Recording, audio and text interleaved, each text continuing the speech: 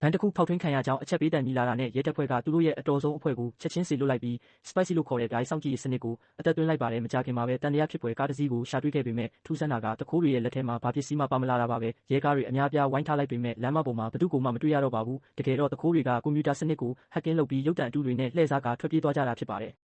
နောက်တစ်နေ့မှာတော့ချမ်းသာတဲ့စီးပွားရေးလုပ်ငန်းရှင်တယောက်ရဲ့ဘေးကင်းလုံခြုံရေးတစ်တာ Vault တစ်ခုတည်းကမတ်စုစာအုပ်တအုပ်ပဲပျောက်ဆုံးသွားတာကိုသိလိုက်ရပါတယ်။အဲ့ဒီစာအုပ်ထဲမှာဒေါ်လာတန်း900တန်ဖိုးရှိတဲ့ Crypto Crypto အကောင့်ရဲ့လျှို့ဝှက်နံပါတ်တစ်ဝက်ပါရှိနေတာပါ။တခိုးကိုင်းဟာကျန်တဲ့လျှို့ဝှက်နံပါတ်တစ်ဝက်ကိုရဖို့အတွက် Digital ပိုင်ဆိုင်မှုစီမံခန့်ခွဲရေးကုမ္ပဏီတစ်ခုကိုဝင်စီးပြီးဝန်ထမ်းတွေကိုဓာတ်စာခံလုပ်ပါတယ်။ဂိုင်းဝင်စားရောက်စင်းနဲ့စိမ့်မိန်တို့ဟာကုမ္ပဏီစာပါထဲကနေကုတ်တွေကိုခိုးယူနေစင်မှာပဲနိုင်ငံရဲ့အရေးကြီးဆုံး Crypto ပိုင်ရှင် Sale ရဲ့ဒေါ်လာ10ဘီလီယံတန်အကောင့်အချက်လက်တွေကိုပါတွေ့သွားပါတယ်။ဂိုင်းကောင်းဆောင် Wang Sheng ကအချိန်မဖြုံးဖို့တားပေမဲ့သူတို့ကတော့အဲ့ဒီအချက်လက်တွေကိုပါခိုးယူဖို့ကြိုးစားခဲ့ပါတယ်အဲ့ဒီအချိန်မှာပဲရဲတွေရောက်လာတာကြောင့်တခိုးတွေဟာဓာတ်လေကားကနေထွက်ပြေးဖို့ကြိုးစားပါတယ်လမ်းမှာအရက်သားတွေကိုတိုက်ခိုက်ရင်ထွက်ပေါက်ရှာကြပေမဲ့ရဲတွေကပိတ်ဆို့ထားနိုင်ခဲ့ပါတယ်အပြန်အလှန်တိုက်ခိုက်ကြရင်တခိုးတွေဟာရဲဗိုလ်ကြီးရုံးရဲကိုဓာတ်စခန်းဖြစ်ဖမ်းဆီးပြီးဓာတ်လေကားထဲခေါ်သွားပါတယ်အပေါ်ထက်ရောက်တော့ရုံးရဲကတယောက်တည်းနဲ့၄ယောက်ကိုပြန်တိုက်ပေမဲ့အရေးနှိမ်သွားပြီးလက်ထိတ်ခတ်ခံလိုက်ရပါတယ်တခိုးတွေဟာအဆောက်အဦရဲ့ရှုခင်းကြည့်စင်မြင့်ကနေခုံချထွက်ပြေးဖို့ပြင်ကြပါတယ်သူတို့ထွက်ပြေးချိန်မှာအမျိုးသမီးတယောက်ကိုတွန်းချခဲ့တာကြောင့်ရဲဦးဟာသူ့နောက်ကိုမလိုက်နိုင်ပဲအဲ့ဒီအမျိုးသမီးကိုအရင်ကယ်တင်ခဲ့ရပါတယ်တခိုးတွေဟာဟိုတယ်ခေါင်မိုးပေါ်ကိုလေထီးနဲ့ဆင်းသက်နိုင်ခဲ့ပြီးလိုက်လာတဲ့ရဲတွေကိုအလွယ်တကူနှိမ်နင်းကမျက်နှာဖုံးထဲကလျှို့ဝှက်ပစ္စည်းတွေကိုတုံးပြီးထပ်မံထွက်ပြေးသွားပါတယ်တခိုးတွေဟာဟိုတယ်ထဲမှာရုပ်ဖြတ်ပြီးပုံအောင်နေကြပါတယ်ဗိုလ်ကြီးယူရီကတခိုးတယောက်ရဲ့နာကတ်ကိုမှတ်မိပြီးလိုက်ဖမ်းပေမဲ့တခိုးတွေကအမျိုးသမီးဖြစ်ရောလူအိုဖြစ်ပါကျွမ်းကျင်စွာရုပ်ဖြတ်ပြီးလူအုပ်ထဲမှာထပ်မံလွတ်မြောက်သွားပြန်ပါတယ်ဒီအမှုမှာအိုင်စနစ်ကဟက်ကင်းခံထားရလို့အတုံးမဝင်တော့တာကြောင့်ရဲဌာနကနည်းပညာထက်အတွေ့အကြုံကိုဦးစားပေးတဲ့ရှီယိုနီလန်နဲ့စုံစမ်းဖို့ဆုံးဖြတ်လိုက်ပါတယ်ဒါကြောင့်သူတို့ဟာကနဝင်အေဂျင့်ကြီးဝန်းကိုအကူအညီတောင်းဖို့စေလွှတ်လိုက်ပါတယ်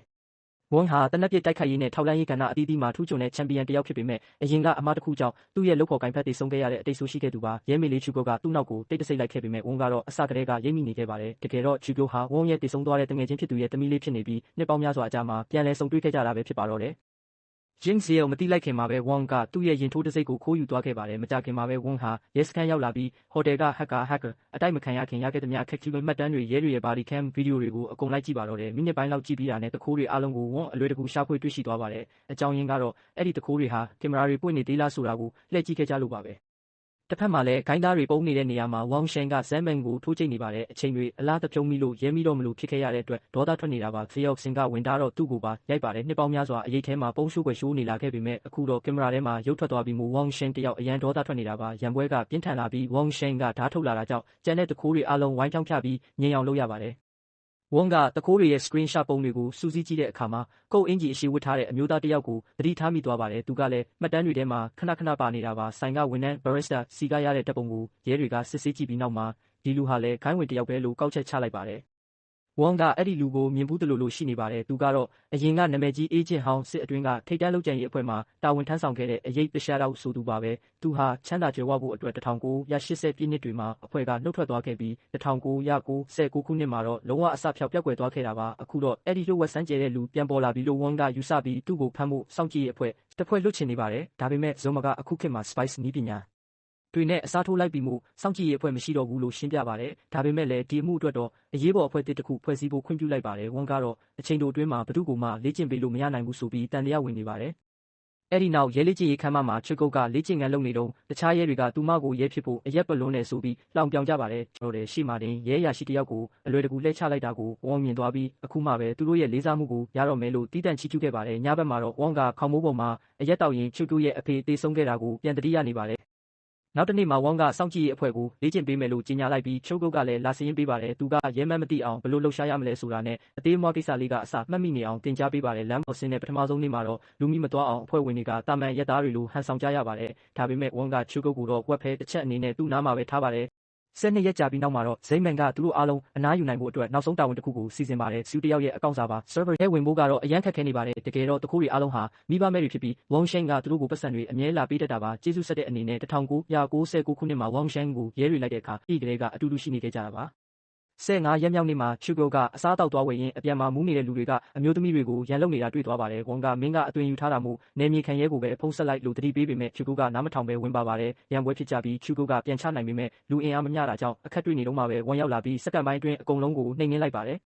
ကားထဲရောက်တော့ဝုန်းကတာဝန်ကိုပျက်စီးစေတော့မလို့ဆိုပြီးချူကုတ်ကိုစူပါတယ်ချူကုတ်ကလည်းသူတို့လုံနေတာကအလုပ်အစစ်အမှန်မဟုတ်ဘူးလို့ထင်နေတာပါအဲ့ဒီအခါမှာတော့ဝုန်းကသူမအဖေဘာကြောင့်တည်ခဲ့ရလဲဆိုတာကိုပြောပြပါတော့တယ်အရင်ကသူတို့နှစ်ယောက်ရှစ်လကြာအတွင်းယူစောင့်ကြည့်နေတော့မှလူငယ်လေးဖြစ်တဲ့ဝုန်းကဘာမှမလုပ်ရပဲစောင့်နေရတာကိုစိတ်မရှိဖြစ်ခဲ့ပါတယ်အဲ့ဒီအချိန်မှာကလေးတစ်ယောက်ကိုပြန်ပေးဆွဲဖို့စူးစမ်းနေတာတွေ့တော့သူကဝင်ပါခဲ့ပြီးရှုကုတ်ရဲ့အဖေကဝင်ကူညီရင်းတနက်မှန်ပြီးတေဆုံးသွားခဲ့တာပါဝုန်းလို့အခြေအနေမျိုးမှမစိုးအတိတရားရှိရမယ်လို့ရှုကုတ်ကိုဆုံးမပါတယ်ခဏကြာမှာတော့ဝုန်းကဝမ်ရှန်ကိုဈေးထဲမှာတွေ့လိုက်တယ်လို့ထင်တာကြောင့်အားလုံးကိုအကြောင်းကြားလိုက်ပါတယ်အဖွဲ့သားတွေကဈေးကိုဝိုင်းလိုက်ကြပြီးဝုန်းကချူကုတ်ကိုပြစ်မှတ်နောက်ကိုကတ်လိုက်ဖို့ခိုင်းပါတယ်အကြောင်းကတော့ချူကုတ်ကဝမ်ရှန်တစ်ခါမှမမြင်ဘူးသေးတဲ့တူးသေးသောရဲဖြစ်နေလို့ပါဝမ်ရှန်ကရဲနှစ်ယောက်ကိုမြင်သွားလူနီးပါးချိန်မှာမျက်နှာကိုဖုံးကွယ်ဖို့အချင်းချင်းနမ်းလိုက်ကြပါတယ်ချူကုတ်ဝမ်ရှန်ဖြစ်မှအတီးပြုနိုင်ခဲ့ပါတယ်ဝမ်ရှန်တန်တရားမဝင်ပဲထွက်သွားအောင်ဝုန်းကလည်းဘသူ့ကိုမှကင်မရာလဲတာဒါမှမဟုတ်လှုပ်ရှားတာမျိုးမလုပ်ဖို့တားဆီးထားပါတယ်သားတွေကနောက်ကနေတိတ်တဆိတ်လိုက်သွားပြီးသူပဲအဆောက်အုံထဲဝင်သွားတယ်လဲဆိုတာကိုသိလိုက်ရပါတယ်ရှုကုတ်ကအထဲထိလိုက်သွားဖို့ဆုံးဖြတ်လိုက်ပေမဲ့ဝမ်ရှန်ကသူ့ကိုဈေးထဲမှာတွေ့ဘူးတာကြောင့်မှတ်မိသွားပြီးဓာတ်ကိုအသင့်ပြင်ထားလိုက်ပါတယ်။တစ်ချိန်တည်းမှာပဲဝမ်ကရိုက်ကူးထားတဲ့ဗီဒီယိုဖိုင်ကိုပြန်စစ်ကြည့်တဲ့အခါဝမ်ရှန်ကချူကုတ်ကိုနှစ်ခါပြန်ကြည့်တာသတိထားမိသွားပါတယ်။ဝမ်ရှန်ကသူမကိုမှတ်မိသွားပြီဆိုတာရိပ်မိတာကြောင့်ဝမ်ကအဆောက်အုံထဲကိုအမြန်ပြေးဝင်သွားပြီးချူကုတ်ရဲ့အဖေဖြစ်ဟန်ဆောင်ကသူမကိုစူပူရင်းနှစ်ချက်ကိုဖြုတ်ပေးလိုက်ပါတယ်ဝမ်ကဝမ်ရှန်ကိုအေးဆေးဆေးစကားပြောရင်းပန်းသီးတစ်လုံးကမ်းပေးပါတယ်။အဲ့ဒီပန်းသီးထဲမှာဖုံးကွယ်ထားတဲ့ကင်မရာကနေတဆင့်ဝမ်ရှန်ရဲ့မျက်နှာကိုအနီးကပ်ရှင်းရှင်းလင်းလင်းရိုက်ကူးနိုင်ခဲ့ပါတယ်။သူတို့နှစ်ယောက်တက်လေကားကနေမထွက်ခင်မှာအဲ့ဒီပန်းသီးကိုခြံထားခဲ့ပါတယ်။သူတို့ထွက်သွားတာကိုဝမ်ရှန်ကနောက်ကနေဆက်ကြည့်နေတာကြောင့်ဝမ်ကတွေ့ရအခန်းတစ်ခန်းကိုတောဖွင့်ပြီးအထဲဝင်သွားလိုက်ပါတယ်။အထဲကအမျိုးသမီးကလက်အော်ကိုလှုပ်တာကြောင့်ဝမ်ကသူမကိုဖမ်းထိန်ထားလိုက်ရပါတယ်။ပန်းသီးထဲကကင်မရာကြောင့်ဝမ်ရှန်ကရှစ်လွှာကိုသွားနေမှန်းသိလိုက်ရတဲ့အတွက်ဂျင်းစီယောကအရင်ပြေးသွားပြီးအဲ့ဒီနားမှာကင်မရာအချို့ကိုတိတ်တဆိတ်တက်ဆင်လိုက်ပါတယ်ဝမ်ရှန်ကအခန်းမှတ်800မှာနေတာကိုသိသွားတဲ့အတွက်ရဲတွေကနောက်ထပ်ခြေလှမ်းတစ်ခုကိုစတင်နိုင်ခဲ့ပါတယ်သူတို့ကဝမ်ရှန်ရဲ့အမိုက်တွေကိုခိုးယူစစ်ဆေးတဲ့အခါဖျက်တောက်ထားတဲ့စုဒုက္ခပဟေးလီအစုပ်ပွားတွေကိုတွေ့ရပေမဲ့ဘလို့မှဖြေရှင်းလို့မရအောင်လုပ်ထားတာပါဝမ်ရှန်ကတော့သူ့အချိန်တွေကိုပလတ်စတစ်လေးအိတ်ဖောင်းလေးတွေရင်းကုန်ဆုံးနေပါတ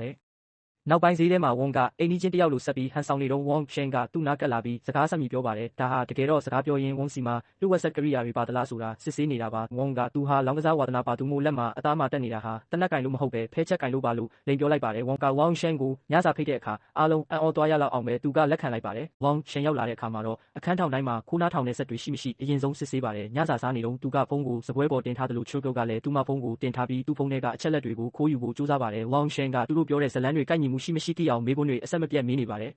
ဝမ်ကချူကာရဲ့တကယ်ငယ်ဘဝအကြောင်းတွေကိုအသေးစိတ်သိနေတာကိုတွေ့ရတဲ့အခါဝမ်ဟာသူမကိုအဝေးကနေအမြဲတမ်းစောင့်ရှောက်ပေးခဲ့မှန်းချူကသိလိုက်ရပါတယ်ဝမ်ရှန်ပြန်သွားတဲ့အခါမှာတော့သူကချူတိုရဲ့နောက်ကျောင်းကိုစုံစမ်းပါတော့တယ်တကယ်တော့ဇဲမန်ဆိုသူကအဲ့ဒီအခန်းထဲမှာကင်မရာတွေအစောကြီးကလေးကတက်ထားတာပါရဲတွေကလည်းသူတို့ဟက်ခံနေရတာကိုသိတဲ့အတွက်သူတို့နှစ်ယောက်အတွက် profile တူတွေဖန်တီးထားလိုက်ပါတယ်အဲ့ဒီနောက်မှာတော့ဇိုင်းမန်ရဲ့အမွှာညီကိုဇဲဝန်းနဲ့တိုက်ပွဲဖြစ်ပွားပါတော့တယ်ဝမ်ကသူ့စီကတနက်ကိုလူယူနိုင်ခဲ့ပေမဲ့ဇိုင်းဝန်းမှာနောက်ထပ်တနက်တစ်လက်ရှိနေပြီးပြန်လဲပစ်ခတ်ခဲ့ပါတယ်ဝမ်ကပစ်ခတ်မှုတွေရပ်တန့်သွားတဲ့အထိပုံနေပြီးမှပြန်ထွက်လာကတခန်းလုံးမှာရှိတဲ့ပရိဘောဂတွေပျက်စီးသွားတဲ့အထိဆက်လက်တိုက်ခိုက်ကြပါတယ်ဇိုင်းမန်ကတော့ဒါဟာသူ့ရဲ့အစီအစဉ်တိုင်းပဲမို့မျက်နှာပြင်ပေါ်ကတိုက်ပွဲမြင်ကွင်းကိုကြည့်ရင်ဘာမှမစိုးရိမ်ပါဘူးညစာစားနေတော့မှသူကလမ်းတစ်ဖက်ကအဖွဲ့ကိုဟတ်ထားပြီးသားမို့သူတို့ကတော့ဇဲမန်လွှင့်ပေးတဲ့ဗီဒီယိုအဟောင်းတွေကိုပဲမြင်နေရပြီးတိုက်ပွဲဖြစ်နေတာကိုမသိကြပါဘူးဒါပေမဲ့တခုခုတော့မှားနေပြီဆိုတာကိုသူတို့တန်တရားဝင်လာတဲ့အခါမှာတော့ရှုကုတ်ကအထဲကိုဝင်သွားချိန်မှာသူတို့ကသူ့ကိုစခရင်ပေါ်ကနေမြင်နေရတော့မို့လို့စုံစမ်းဖို့အပြင်ကိုပြေးထွက်သွားကြတယ်။အဲ့ဒီအချိန်မှာဇဲမန်ကရဲတွေလာနေပြီဖြစ်ကြောင်းသူ့အကိုကိုအကြောင်းကြားလိုက်တာကြောင့်သူဟာဝရန်ဒါနဲ့သတင်းပေါက်ကနေခုန်ချပြီးအထူးကျိုးခဲပိုးတွေကိုတုံးပြီးထွက်ပြေးသွားခဲ့တယ်။နောက်တစ်နေ့မှာတော့စောင့်ကြည့်ရေးအဖွဲ့ကလမ်းမပေါ်ကိုပြန်ရောက်လာပြီးကြံတဲ့ရဲတွေကတော့ဝမ်ရှန်ရဲ့တိုက်ခန်းကိုဝင်ရောက်ရှာဖွေကြပါတယ်။အဲ့ဒီမှာပလတ်စတစ်လေးအိတ်ဘဘဝဲတွေအပြည့်နဲ့ဗီဒီယိုတစ်ခုကိုတွေ့သွားပြီးဒါဟာစုဒုက္ခပဟေးလီတွေနဲ့ဆက်ဆက်နေတဲ့လှုပ်ဝက်ကုတ်တစ်ခုဆိုတာကိုဝမ်ကရုတ်တရက်သဘောပေါက်သွားတယ်။အဲ့ဒီအချိန်မှာပဲသူတို့ရဲ့ဘန်ကားကိုထရက်ကားတစ်စီးကဝင်တိုက်လိုက်ပြီးရဲစခန်းအဆောက်အုံထဲအထိလိမ့်ဝင်သွားပါတော့တယ်ထရက်ကားကနှစ်ပိုင်းကွဲသွားပြီးဘန်ကားကိုထပ်တိုက်ကလူတွေကိုတတိလစ်အောင်လုပ်ခဲ့တယ်အဲ့ဒီနောက်ကြီးစားစစ်သားတစုထွက်လာပြီးတိုက်ခိုက်ကြလို့ရဲတော်များများတေဆုံးကုန်တယ်လို့ရဲကားတွေလည်းဘုံပေါက်ကွဲကုန်ပါတယ်ဒါဟာအာယုံလွဲတာဖြစ်မှန်းဆုံးပဲကတိလိုက်တာကြောင့်စောက်ချီရဲ့အဖွဲ့ကိုလမ်းမပေါ်မှာပဲနေခိုင်းလိုက်တယ်သူကဝမ်ကိုကားထဲကဆွဲထုတ်ပြီးတနက်တလက်နဲ့တိုက်ပွဲထဲဝင်ကြမကြခင်မှာပဲဝမ်လည်းတတိယလာပြီးချွတ်ကုနဲ့ပူပေါင်းကအခန်းထဲမှာကြံနေတဲ့နောက်ဆုံးတစ်ယောက်ကိုနှိမ်နင်းနိုင်ခဲ့တဲ့အဲ့ဒီနောက်ဝမ်ကရှင်းပြတာကတော့စုဒုက္ခပဟေးလီတွေဟာမျက်မမြင်စာဘရဲအိုကိုစားပြုတာဖြစ်ပြီးဝမ်ရှန်ကဒါကိုအသုံးပြုကထောက်လန်းရေးအဖွဲ့နဲ့ဆက်သွယ်ဖို့ကုတ်ဖော်ခဲ့တာဖြစ်ပါတယ်ဒါကြောင့်သူတို့လည်းအဲ့ဒီသတင်းစကားကိုကုတ်ဖော်ဖို့ဆက်လက်ကြိုးစားကြပါတယ်ကြီးစားစစ်သားတွေကတော့ရဲစခန်းထဲကအခန်းတွေကိုဘုံခွဲပြီးရှေ့ဆက်တိုးလာနေတော့မှပဲတစ်ဖက်မှာလည်းစောင့်ကြည့်ရေးအဖွဲ့ဝင်2ယောက်ကဝမ်ရှန်ကိုစွန့်ပစ်ထားတဲ့မိဘမဲ့ဂေဟာတစ်ခုမှာရှာတွေ့သွားပါတယ်အယူမဲကဂေဟာထဲရောက်ခါနေအချိန်မှာဝမ်ရှန်ကလူမိုက်အချို့ကိုတွေ့သွားပြီးဒါဟာဇိုင်းမန်ရဲ့ထောင်ချောက်ဆင်မှုဆိုတာသိလိုက်ရတယ်ဒါပေမဲ့ဝမ်ရှန်ကထူးချွန်တဲ့တိုက်ခိုက်ရေးသမားတစ်ယောက်ဖြစ်တာကြောင့်ဓာတ်တလက်ထဲနဲ့တင်လူမိုက်အားလုံးကိုအေးအေးဆေးဆေးနှိမ်နင်းနိုင်ခဲ့ပေမဲ့ဒဏ်ရာအချို့တော့ရတော့အားပါတယ်ရဲစခန်းထဲမှာတော့ဝမ်တယောက်သူ့ခေါင်းကိုစုငွေအများကြီးထုတ်ထားတဲ့အတွက်သူ့နောက်ကိုပဲတကောက်ကောက်လိုက်နေတဲ့ကြီးစားစစ်သားတွေကိုဆက်လက်တိုက်ခိုက်နေရတဲ့ပြည်စားအများပြားကိုလည်းပြန်လည်နှိမ်နင်းနိုင်ခဲ့ပါတယ်အဲ့ဒီအချိန်မှာချူကုတ်ကတော့မရိပ်မိအောင်ခိုးကြောင်ခိုးဝက်သွားရင်းနဲ့ဂျိုးတူဖုန်းတစ်လုံးကိုရှာတွေ့သွားပြီးမျက်မမြင်စာကုတ်အကြောင်းကိုပြောပြဖို့ဂျင်းဆီယာစီကိုဆက်သွယ်လိုက်ပါတော့တယ် သူမကိုအငှားလူသက်သမားတစ်ယောက်ကဝင်တိုက်ခိုက်တာကြောင့်စကားစပြတ်သွားပြီးနှစ်ယောက်သားအပြင်းထန်တိုက်ခိုက်ကြပါတော့တယ်ချူကူကအဲ့ဒီလူသက်သမားကိုပြတင်းပေါက်ကနေအပြင်ကိုပစ်ချလိုက်ပြီးအနိုင်ယူလိုက်နိုင်ပါတယ်ဟုတ်လာပြီးရဲတပ်ဖွဲ့ကတိုက်ပွဲကိုအဆုံးသတ်လိုက်နိုင်ပါတယ်တစ်ဖက်မှာလည်းမိဘမိတ်ခေဟာတဲ့ကလူမိုက်အားလုံးကိုဝမ်ရှန်ကတက်ပစ်လိုက်ပါတယ်ပြင်းထန်တဲ့တိုက်ပွဲအပြီးမှာသူကဒေါသတကြီးနဲ့ကင်မရာကိုဓာတ်နဲ့ချိန်လိုက်တဲ့အချိန်မှာပဲဆယ်ဝန်ရောက်လာပြီးသူ့အကိုရောက်လာတာကစီမံကိန်းထဲမှာမပါတာကြောင့်ဇိမ်းမိတ်တယောက်ကြောင်သွားပါတယ်ဇဲဝန်ကဝမ်ရှင်းဟာအနားမှာထားဖို့တိတ်အန်ရများလုံးနဲ့လို့ရှင်းပြရင်သူ့ကိုစတင်တိုက်ခိုက်ပါတော့တယ်နှစ်ယောက်လုံးကဝါရင်တိုက်ခိုက်ရေးသမားတွေဖြစ်တာကြောင့်အပြန်အလှန်ထိုးနှက်ကြရင်ဇဲဝန်ကသူ့ပိုက်ထဲမှာဓာတ်ဝင်နေတာကိုသတိပြုမိလိုက်ချိန်မှာပဲဝမ်ရှင်းကသူ့ကိုလေပင်ညှစ်တက်ဖို့ကြိုးစားပါတယ်ဇဲဝန်ကအဲ့ဒီဓာတ်နဲ့ပြန်တိုက်ဖို့ကြိုးစားပေမဲ့ဝမ်ရှင်းကဓာတ်ကိုပြောင်းပြန်လှည့်ပြီးသူ့ရဲ့အချစ်ဆုံးသားကိုကိုယ်တိုင်တက်ပစ်လိုက်ပါတယ်ရဲတွေကမိဘမဲ့ကေဟာကိုဝိုင်းထားပြီးဖြစ်လို့ငိုကြွေးနေတဲ့ဇိမ်းမန်ကလည်းတခြားရွေးချယ်စရာမရှိတော့ပဲမူလစီမံကိန်းအတိုင်းဖောက်ခွဲရေးပစ္စည်းတွေကိုခလုတ်နှိပ်လိုက်ပါတော့တယ်ခဏအကြာမှာတော့ဇူမာကဝင်တဲ့ချူကူတို့ကိုကျူရဲ့ခရစ်ပတ်တို့ခရပ်တို့ပိုင်ဆိုင်မှုတွေကိုလုံခြုံအောင်ရဲစခန်းစာပါတဲ့ပြောင်းထားလိုက်ပြီးဖြစ်ကြောင်းပြောပြပါတယ်ဒါပေမဲ့သူတို့တစ်တာကိုစစ်ဆေးလိုက်တဲ့အခါမှာတော့ဘာမှမရှိတော့ပဲဗလာဖြစ်နေတာကိုတွေးလိုက်ရပါတယ်ဝမ်ရှန်ကတော့အပြက်စီးတွေကြားထဲကနေအသက်ရှင်လျက်ထွက်လာပြီးဇာဝွန်အတွက်အော်ဟစ်ငိုကြွေးနေပါတယ်ရဲတွေဝိုင်းလိုက်တဲ့အခါမှာတော့သူကလက်နက်ချပြီးပူးပေါင်းပါဝင်မယ်လို့ပြောပါတယ်ရဲစခန်းမှာတော့ဇူမာကကွန်ပျူတာနဲ့တခိုးတွေမောင်းသွားတဲ့ပင်ကားကိုအမြန်ဆုံးရှာဖွေတွေ့ရှိသွားပါတယ်ရဲတွေနောက်ယောင်ခံလိုက်ရင်ဟိုးတွေကလူစုခွဲပြီးထွက်ပြေးကြပါတယ်ဝမ်ကအဝစ်လျှော်ခန်းထဲမှာဇဲမန်ကိုတွေ့သွားပြီးတိုက်ခိုက်ကြတဲ့အချိန်မှာပဲတခြားတခိုးနှစ်ယောက်ကဝင်လာပြီးဝမ်ကိုသူတို့တားထားပေးမဲ့ဇဲမန်ကိုအမြန်ပြေးတော့လို့ပြောလိုက်ပါတယ်အပြင်ဘက်မှာတော့ချူကုတ်ကပွဲလန်းတပင်တစ်ခုရှိနေတာကိုသတိထားမိပြီးဇဲမိန်ကရဲကားတစ်စီးထဲမှာပုံနေလိမ့်မယ်လို့ခန့်မှန်းလိုက်ပါတယ်ယူလီကဝမ်ရှန်ကိုဖုန်းပြန်ပေးပြီးဇဲမိန်စီဖုန်းဆက်ခိုင်းပါတယ်ဒါပေမဲ့တရက်ခန့်တွေရဲ့ဖုန်းကခြေရခံလို့မရတာကြောင့်ချူကုတ်ကဖုန်းပြောနေတဲ့သူကိုလိုက်ရှာရပါတယ်ဒါကိုဇဲမိန်ကဝမ်ရှန်ကသူ့အတွက်အချိန်ဆွဲပေးနေတာမှန်ရိပ်မိပြီးချက်ချင်းပဲနေရာရွှေ့ပါတယ်ဒါပေမဲ့ချူကုတ်ကဝိုင်းတင်ပေးထားတဲ့သင်ခန်းစာတွေကိုအသုံးချပြီးသူကိုသတိထားမိကဇဲမိန်ကိုရှာတွေ့သွားပါတယ်။ရဲ့နှစ်ချက်ကိုအဝေးကနေဖျက်ဆီးပစ်လိုက်ပါတယ်။အဝစ်လျှော်ခန်းထဲမှာတော့ဝမ်ကကရိယာတစ်ခုကိုသုံးပြီးတခိုးတစ်ယောက်ကိုအလဲထိုးလိုက်ကနောက်တစ်ယောက်ကိုတော့အဝစ်လျှော်ဆက်ထဲထည့်ပိတ်ထားလိုက်ပါတယ်။ရဲကားပေါ်မှာတော့ဝမ်ရှန်ကအာယုံလွဲဖို့ဖုန်းကိုပစ်ချလိုက်ပြီးရဲတွေကိုပြန်တိုက်ပါတယ်။သူကရဲတစ်ယောက်ရဲ့တန်းငွေပုံကိုဖောက်လိုက်ပြီးဖြစ်လာတဲ့ရှုပ်ထွေးမှုကြားမှာလက်ထိတ်ကိုဖြုတ်ကအားလုံးကိုနှိမ်နင်းလိုက်ပါတယ်။အဲ့ဒီနောက်ဝမ်ရှန်ကဇိုင်းမရဲ့ပုံစံကိုရဲတွေကိုပြောပြပါတယ်။ဂျင်းစီယာကချီပစီလာပြီးသူ့နှက်ချက်ကိုပေးတာဆက်ရှာဖို့ပြတော့ပါတယ်ဝမ်ကတင်ကမကင်းတဲ့သူတစ်ယောက်ကိုလှုပ်ခနဲဖမ်းလိုက်ပေမဲ့အဲ့ဒါကဇဲမန်နဲ့အဝစ်စားချင်းလဲထားတဲ့တာမန်ရက်သားတစ်ယောက်ဖြစ်နေပါတယ်အဲ့ဒီအချိန်မှာဇိမန်ကယထာဘူတာထဲဝင်သွားတာကိုဂျင်းစယောက်ကတွေ့ပြီးအဖွဲနဲ့အဆက်အသွယ်မရပဲတယောက်တည်းနောက်ကလိုက်သွားပါတယ်ကန်ဆိုးတာကလမ်းမှာဝမ်ရှန်နဲ့တိုးပြီးဓာတ်နဲ့ထိုးခံလိုက်ရပါတယ်အဲ့ဒီနောက်ဝမ်ရှန်ကဇိမန်ကိုဖမ်းမိသွားပြီးဓာတ်နဲ့အကြိမ်ကြိမ်ထိုးကနောက်ဆုံးမှာတော့တက်ပစ်လိုက်ပါတယ်ဇိမန်မတည်ခင်မှာခရစ်ပတိုစကဝက်ကိုပြောပြသွားပါတယ်အဝစ်လျှော်ခန်းကနှစ်ယောက်ကိုရဲတွေဖမ်းမိချိန်မှာပဲချူကူကဂျင်းစယောက်ကိုရှာတွေ့ခဲ့ပေမဲ့သူလည်းသေဆုံးသွားပါတယ်ဝမ်ရှန်ကခိုးသွအားတဲ့ပတ်စံတွေကိုဘာမှမလုပ်ရှားတာကြောင့်ရဲတွေလည်းခြေရခံဖို့ခက်နေပါတယ်ဒါပေမဲ့ဝမ်ကသူဟာလူဟောင်းကြီးတစ်ယောက်ဖြစ်တယ်လို့ထောက်ပြလိုက်တာကြောင့်ချူကူလည်းအကြံရသွားပါတယ်သူတို့နှစ်ယောက်ပြန်ပြီးစောင့်ကြည့်နေတော့ဝမ်ကအစားတောက်သွားဝယ်တဲ့အချိန်မှာချူကူကစီးပွားရေးသမားတစ်ယောက်ဟိုတယ်ကိုသွားတာကိုသတိထားမိပါတယ်။သူမနောက်ကလိုက်သွားကြည့်တဲ့အခါဝမ်ရှင်းကစကားဝက်ပေးဖို့အတွက်ပတ်စံတောင်းနေတာကိုသိလိုက်ရပါတယ်။သူတို့ကလက်ဖက်ရည်ဆိုင်တစ်ခုမှတွေ့ဖို့ချိန်ထားကြပါတယ်။နေ့လယ်ပိုင်းမှာချူကူကလက်ဖက်ရည်ဆိုင်ကိုတယောက်ထဲသွားတဲ့အခါဝမ်ရှင်းကသူမကိုချက်ချင်းမမိသွားပါတယ်။သူမကအချိန်ဆွဲဖို့စကားပြောနေတော့မှပဲရဲတွေကအဆောက်အုံကိုဝိုင်းလိုက်ပါတယ်။ဝမ်ရှင်းကရိပ်မိသွားပြီးချူကူကိုအလဲထိုးကနောက်ပေါက်ကနေထွက်ပြေးဖို့ကြိုးစားပေမဲ့ဝမ်ကပိတ်ထားလိုက်ပါတယ်ဝမ်နဲ့ဝမ်ရှန်တို့တိုက်ခိုက်ကြတဲ့အခါဝမ်ရှန်ကဓာတ်နဲ့လူတွေကိုလိုက်တက်ပါတော့တယ်ဆိုင်ထဲကလူတွေလည်းလမ်းဖြန့်ကုန်ပြီးနှစ်ယောက်သားဆိုင်ထဲကပစ္စည်းတွေနဲ့ရသမျှကိရိယာတွေကိုတုံးပြီးပျက်စီးကုန်အောင်တိုက်ခိုက်ကြပါတယ်နောက်ဆုံးကိုတောင်တေးသေးလေးနဲ့ရောက်သွားတဲ့အခါနေရာကျင်းတာကြောင့်ဒူးထောက်ပြီးတိုက်ကြရပါတယ်ဝမ်ရှန်ကဝမ်ကိုထပ်ပြီးဓာတ်နဲ့ထိုးလိုက်ပေမဲ့ဝမ်ကပြန်ကန်ထုတ်လိုက်တာကြောင့်တက်တာတွေပြိုကျကုန်ပါတယ်သူတို့နှစ်ယောက်လုံးကြမ်းပြင်ပေါက်ပြီးအောက်ထက်ကခမ်းမထဲပြန်ကျသွားအားပါတယ်ဝမ်ရှန်ကဝမ်ကိုတတ်တော့မဲ့အချိန်မှာပဲချူကုတ်ကနောက်ကနေဝင်ရိုက်လိုက်တာကြောင့်သူမကိုပြန်တိုက်ပါတယ်ဝမ်ကသူမကိုကူညီဖို့ကြိုးစားရင်းလေဘင်းမှာတတ်ရှသွားပါတယ်ချူကုတ်ကဝမ်ရှန်ကိုထပ်ပြီးလုံးထွေးတိုက်ခိုက်နေတော့သူကထွက်ပြေးသွားပါတယ်ချူကုတ်လည်းဝမ်ရဲ့ဒဏ်ရာကိုကြည့်ပေးရသေးတာကြောင့်လွတ်သွားတာပါတော်သေးတာကဒဏ်ရာကတေးလောက်အောင်မပြင်းထန်လို့ပါအဲ့ဒီနောက်မှာတော့ချူကူကဝမ်ရှန်နောက်ကိုလိုက်ရှာပါတော့တယ်ဘာရောင်ကဝမ်ရှန်ရှိတဲ့နေရာကိုရှာတွေ့ပြီးအဖွဲ့စီတီနေရာပို့ပေးလိုက်ပါတယ်အားလုံးဝိုင်းထားတဲ့ကြားထဲကဝမ်ရှန်ကချူကူကိုထပ်ပြီးတိုက်ခိုက်ဖို့ကြိုးစားပေမဲ့သူကဒဏ်ရာတွေနဲ့အားရင်ကုန်ခန်းနေပြီဖြစ်လို့ချူကူကအလွယ်တကူပဲနှိမ်နင်းလိုက်ပါတော့တယ်နောက်ဆုံးမှာတော့ဝမ်ရှန်ကိုအပြီးပိုင်ဖမ်းမိသွားပြီးအားလုံးလည်းသူတို့ရဲ့အောင်ပွဲကိုပျော်ပျော်ပါပါဆင်နွှဲနိုင်ခဲ့ကြပါတယ်ဇလန်လေးကတော့ဒါပါပဲ